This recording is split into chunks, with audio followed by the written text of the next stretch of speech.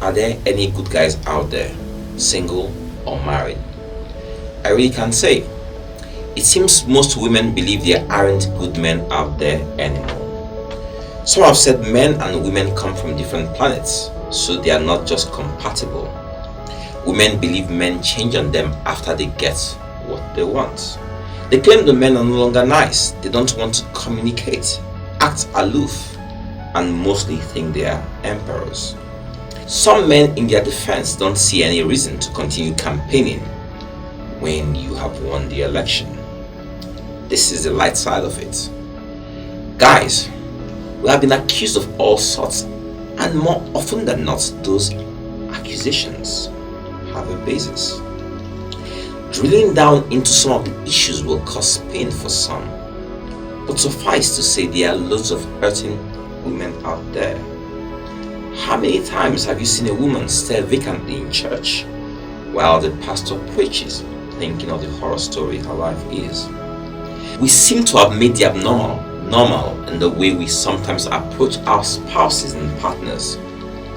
I must do me because I am the man and I am all powerful. I don't care what she thinks. I am tired of catering to her emotions.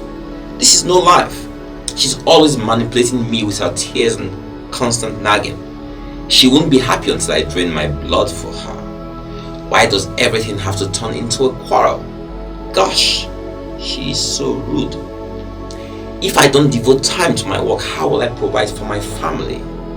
Why does she think I'm up to no good anytime I say I'm going out? Does this sound familiar?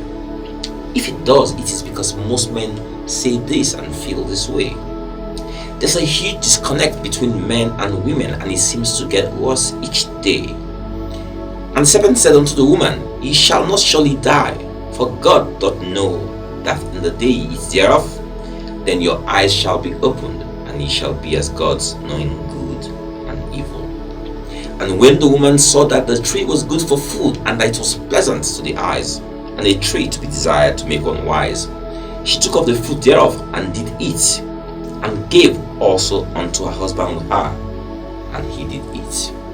And the eyes of them both were opened, and they knew that they were naked, and they sewed fig leaves together, and made themselves aprons.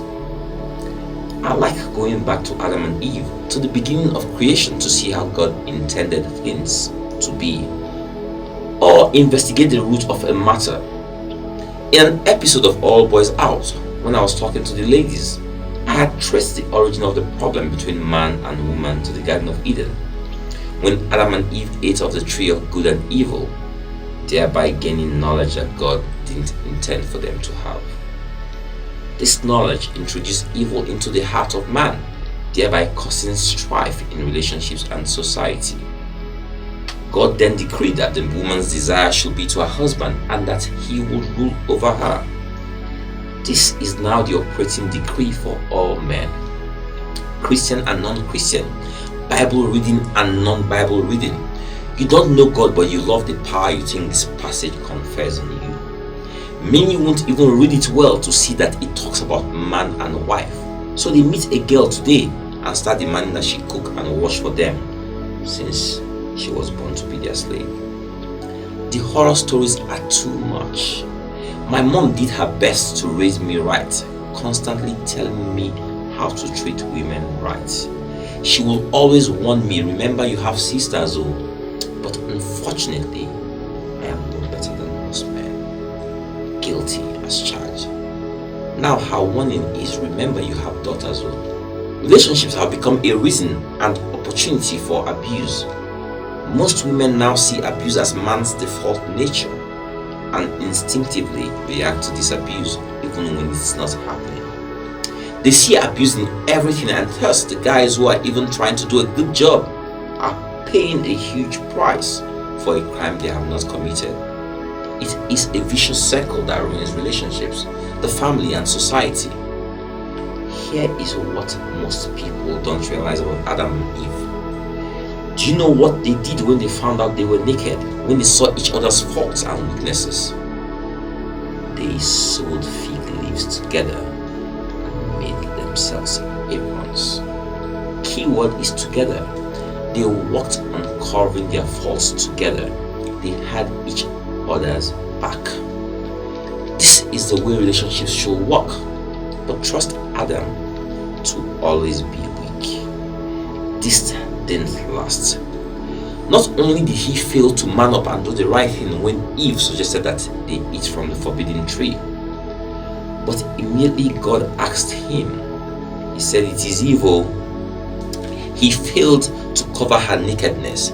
He failed to protect his woman when it mattered the most. He didn't have any work, so where was he when the serpent was tempting his wife? He was absent. Most of us have Adam as the example we follow. We don't protect our women. We don't cover their flaws. We are absent when it matters the most. But thank God for the second Adam, who we know as the Christ or Yehoshua. He covers us even before we mess up.